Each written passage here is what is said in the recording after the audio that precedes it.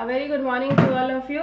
I am Aradhana Singh and our today's topic is Profit and Loss Appropriation Account. So students, the previous video we had studied about the concept of partnership और हमने ये भी देखा था कि एक sole proprietor जो है कैसे प्रॉफिट और लॉस को अर्न करता है और एक अकेला ऑनर होने के कारण वो अपने घर ले जाता है। लेकिन बच्चों, हम पार्टनरशिप बिजनेस के साथ ऐसा नहीं कर सकते। क्यों? क्योंकि वहाँ पर एक अकेला ऑनर नहीं है। इसलिए हमें क्या करना होता है कि उस प्रॉफिट एंड लॉस को डिस्ट्रीब्यूट करना पड़ता है among the different partners. So, for the distribution of profit and loss, we have to prepare one account. ठीक है, हम लोग को क्या होता है, हमें क्या करना पड़ेगा बच्चों कि प्रॉफिट एंड लॉस को डिस्ट्रीब्यूट करने के लिए अमंग द डिफरेंट पार्टनर्स एक अलग से एक अकाउंट खोलना है। उस अकाउंट का नाम है profit and loss appropriation account. Fine, clear till now? Now what happens, इस अकाउंट को प्रिपेयर करने के लिए हमें सिर्फ 3 बातों का ध्यान रखना है। सिर्फ और सिर्फ 3 बातों का ध्यान रखना है। वो भी सबसे पहली बात, ये एक नॉमिनल अकाउंट है, जस्ट लाइक पीएल अकाउंट। ये भी एक नॉमिनल अकाउंट उस पीएल अकाउंट के एक्सटेंडेड पार्ट है। ठीक है, क्योंकि पीएल के बाद ही हमें पीएल एप्रोप्रिएशन अकाउंट बनाना है। दूसरी बात कि इसमें जो भी एंट्रीज हम करेंगे वो पार्टनर से रिलेटेड होगा। यहाँ किसी से भी हमें रिश्ता नहीं निभाना है। अगर निभाना है तो सिर्फ पार्टनर से रिश्ता निभाना है। क्लियर ना? हमें इस अकाउंट को प्रिपेयर करने के लिए क्या ध्यान में रखनी है? पार्टनरशिप फर्म को। अगर पार्टनरशिप फर्म को अगर हम ध्यान रखते हैं तो जो भी ट्रांजैक्शन से उन्हें इनकम हो रही है तो वो हम क्रेडिट साइड में लिखेंगे, और अगर उन्हें एक्सपेंस हो रही है तो हम उसे डेबिट साइड में लिखेंगे। ठीक है, यहाँ तक क्लियर है? बस आपकी पीएल एप्रोप्रिएशन अकाउंट खत्म है और अब देखते हैं उसे बनाते कैसे। तो चलिए, ये है आपकी फॉर्मेट पीएल एप्रोप्रिएशन अकाउंट की।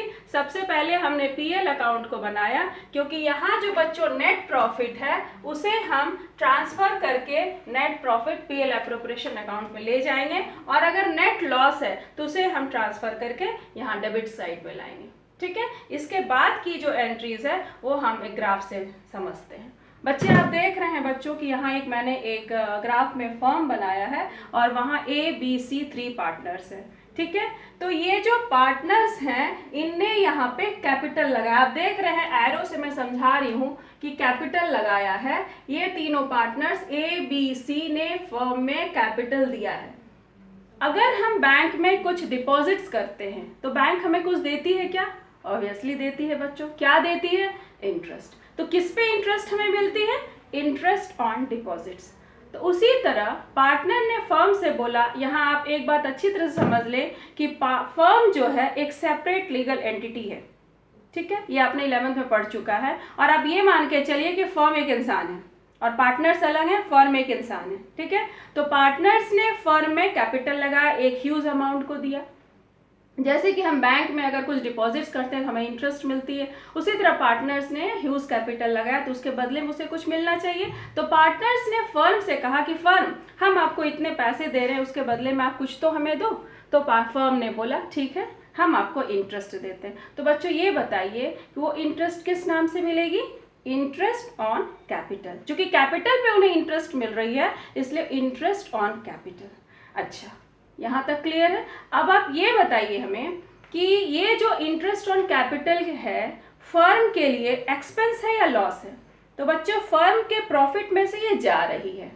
जब कुछ आएगी तो वो इनकम हो जाएगी, जब कुछ जाएगी तो वो एक्सपेंस हो जाएगी। तो यहाँ इंटरेस्ट हम कैपिटल पे दे रहे हैं तो ऑब्वियसली एक्सपेंस है।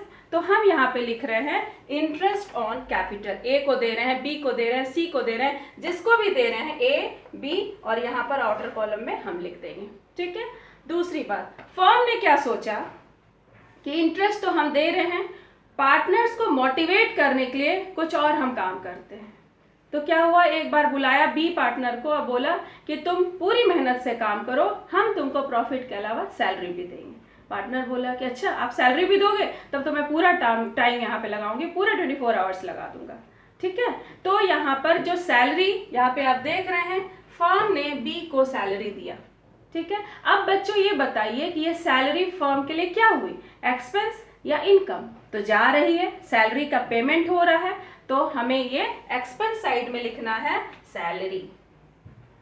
ठीक है, सैलरी टू बी, हमने लिख दिया यहाँ पर। अब क्या हो रहा है, फर्म का कहना है कि हमने 2 को 3 को तो दे दिया, अब कुछ और मोटिवेट करे पार्टनर को। तो सी से फर्म ने बोला कि सी तुम जम के हमारी सेल्स करवाओ, पूरे जम के पूरे दिन रात हमारी सेल्स कराओ और सेल्स के बदले में हम तुम्हें कमीशन देंगे। तो सी ने सोचा वाह यार, प्रॉफिट तो मिलेगी साथ साथ में कमीशन मिलेगी, तो क्यों ना मैं अपना पूरा टाइम दे दूँ। तो ठीक है, फर्म ने सी को कमीशन दिया। देखिए यहाँ पर, तो ये क्या हो गई फर्म के लिए एक्सपेंस, तो हमने यहाँ लिखा है commission to C, commission to C. ठीक है, अब और एक इम्पॉर्टेंट बात बच्चों कि हमें मालूम है कि ये जो फ्यूचर है वो अनसर्टेन है, पल में प्रलय होने वाली रहती है, कल क्या होगा हमें नहीं मालूम। हम भी अपने लाइफ में क्या करते हैं कि अपने पास जो सेविंग होती, कुछ अपने पास जो इनकम होती है उसमें से कुछ सेव करते हैं। क्यों? क्योंकि आने वाले समय में अगर कुछ प्रॉब्लम्स हो तो उस सेविंग से हम उसको मीट कर सकें। ठीक पार्टनरशिप फर्म ने भी क्या करा कि भविष्य में हो सकता है कि एक्सीडेंट हो जाए, हो सकता है कि आग लग जाए, तो उसका कैसे सॉल्यूशन किया जाए। तो फर्म ने क्या करा, प्रॉफिट में से हर एक साल कुछ पैसे एक फंड में डिपॉजिट करना शुरू कर दिया। ठीक है, फर्म ने क्या करा, प्रॉफिट में से कुछ अमाउंट निकाल करके डिपॉजिट्स करना शुरू कर दिया और उस डिपॉजिट्स का नाम रहा रिजर्व फंड।